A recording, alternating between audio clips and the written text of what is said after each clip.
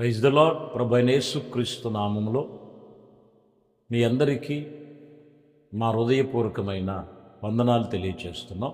అందరికీ వందనాలు. దేవుడు కృపలో ప్రతి ఒక్కరము కూడా ఈ ఉదయం ఈ రీతిగా ఉన్నామంటే ఆయన ఇచ్చిన మహాకృపే. ఆయన మహాకృపను బట్టి దేవుని పరిశుద్ధ లేఖనములో కొన్ని విషయాలు మనం ధ్యానించుకుందాం. పరిశుద్ధ గ్రంథములోంచి ప్రకటన గ్రంథం 3వ అధ్యాయం 20వ వచనం. ఇదిగో నేను తలుపు నొద్ద నిలిచి ఉండి తట్టుచున్నాను. ఎవడైనను నా స్వరము విని తలుపు తీసిన ఎడల నేను అతని యొద్దకు వచ్చి అతనితో నేనును నాతో కూడా అతను భోజనము చేసెదము. ఇక్కడ ఈ వాక్యములో ఎన్నో విధాలుగా ఎన్నోసార్లు మనం విన్నాం. ఈరోజు ఒక క్రొత్త కోణములో దేవుని మాటలు మనము ధ్యానించుకుందాం. చివరి మాటల్లో యేసు ప్రభు వారు చెప్తున్న మాట,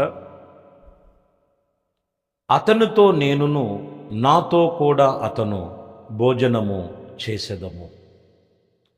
చూడండి, ప్రభు చెబుతున్న మాట అది. ఆయనతో భోజనము చేసేదము అని చెప్తాం. ఆయనతో భోజనము చేసేదము. ఇక్కడ మీరు గమనిస్తే ఆయనతో భోజనము చేసేదము అనంటే శరీర సంబంధమైన భోజనం కాదు. యేసుప్రభు వారు ఒక చోట ఆ తల్లితో చెప్తున్నాడు, ఇదిగో అమ్మా, ఒకవేళ నా పాత్రలోది ఒకవేళ మీరు తాగచ్చేమో, నా పాత్రలో చేయి పెట్టచ్చేమో, పరలోక రాజ్యములో నా కుడిపాశమున కూర్చుంటానికి అది అసాధ్యమని చెప్పు. ఒక తల్లి అడుగుతుంది, నా కుమారులిద్దరూ ఒకడు కుడి పక్కన ఒకడు ఎడం పక్కన కూర్చోవాలి మీ రాజ్యములో అన్నప్పుడు అది అసాధ్యం. ఎందుకనంటే ఆయనతో మనతో ఆయన అనేటువంటి విషయంలో భూమి మీద ఉండగానే ఆత్మ సంబంధమైన భోజనమును లో పాలివారై ఉండాలి. సమూయేలు 2వ సమూయేలు గ్రంథములో 9వ అధ్యాయం 13వ వచనములో మెఫీబోషెత్ యెరూషలేములో కాపురముండి సదాకాలము రాజు బల్ల యొద్ద భోజనము చేయుచూ ఉండెను. చూసారా? సదాకాలము రాజు బల్ల యొద్ద భోజనము చేయుచూ ఉండెను. అక్కడ ఒక మాట ఉంటుంది, యెరూషలేములో అనే మాట మనం గమనించాలి. మెఫీబోషెత్. ఇక్కడ మనం గమనించాలంటే నిత్యము దేవునితో మనతో ఆయన భోజనము సిద్ధపరచబడేటటువంటి అనుభవం ఏంటంటే, ఎప్పుడు నీ యొక్క సన్నిధి, దేవుని యొక్క సన్నిధిలో నువ్వు జాగ్రత్తగా నిరంతరము ఆయన సన్నిధిలో మనము ఉండేటువంటి అనుభవాన్ని సూచిస్తుంది. ఎందుకంటే ఈ భోజనము దేనికి సూచనగా ఉన్నది? మత్తయి సువార్తలో కొండ మీద ప్రసంగములో యేసు ప్రభువారు 5వ అధ్యాయములో 6వ వచనం చెప్తున్నారు. అక్కడ నీతి కొరకు ఆకలి దప్పులు గలవారు ధన్యులు, వారు తృప్తిపరచబడతారు. అంటే ఇప్పుడు మనలో ఉండవలసినటువంటి ఆకలి దేని మీద ఉంది, దేని మీద ఉండాలి? ఏదో కడుపు నింపుకుంటున్నామని కాదు, ఆత్మ సంబంధమైన విషయములు ప్రభు మాట్లాడతారు. అక్కడ చాలా విషయాలు ఉన్నాయి. అక్కడ ఈ విషయంలోకి వచ్చేలకే నీతి కొరకు మనము దేవుని సన్నిధిలో బాప్టిజము పొంది రక్షణ పొంది దేవుణ్ణి వెంబడిస్తున్న వారిలో నీతి కొరకు ఆకలి దప్పులు గలవారు ధన్యులు, వారు తృప్తిపరచబడతారు. ఇది ఏదో తింటున్నాం, ఏదో ఉంటున్నాం, ఏదో సంపాదించాం, ఏదో అయిపోతుంది, ఏదో జరిగిపోతుంది అనేది కాదు. ఆయనతో భోజనం చేయటం అంటే నీతి కొరకు ఆకలి దప్పులు గల వారు ధన్యులు, వారు తృప్తిపరచబడతారు. నీతి కొరకు. ఇంకొక మాట మనం చూద్దాం.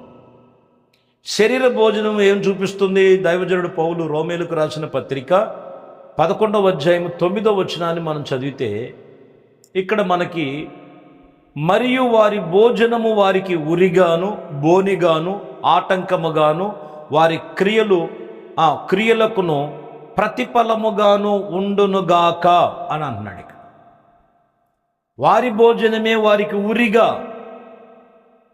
వారి భోజనమే వారికి ఆటంకముగా ఉన్నది.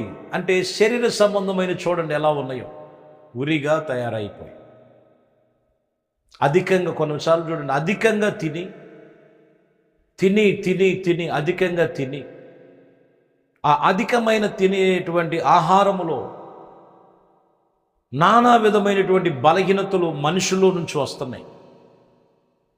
కొన్ని రోజులు కొన్ని సంవత్సరాలు పోయిన తర్వాత ఇదిగో ఈ భోజనం వలన ఈ ఆహారం వలన నీకు ఉరిగా మారింది. ప్రభు చెబుతున్నారు, శరీర సంబంధమైన ఆహారము కాదు, ఆత్మ విషయమై దీనత్వము కలిగి నీతి కొరకు ఆకలి దప్పిలు గొని కలిగి ఉండుటయే అది నీకు భోజనమై ఉన్నది. అది నీకు భోజనము. యోబు గ్రంథములో 3వ అధ్యాయం 24వ వచనం ఏమంటారు? భోజనమునకు మారుగా నాకు నిట్టూర్పులు కలుగుచున్నవి. ఇదిగో మొరలి పొరలి నీళ్లు వలె ప్రవాహము వచ్చుచున్నవి అని చెప్తున్నాడు.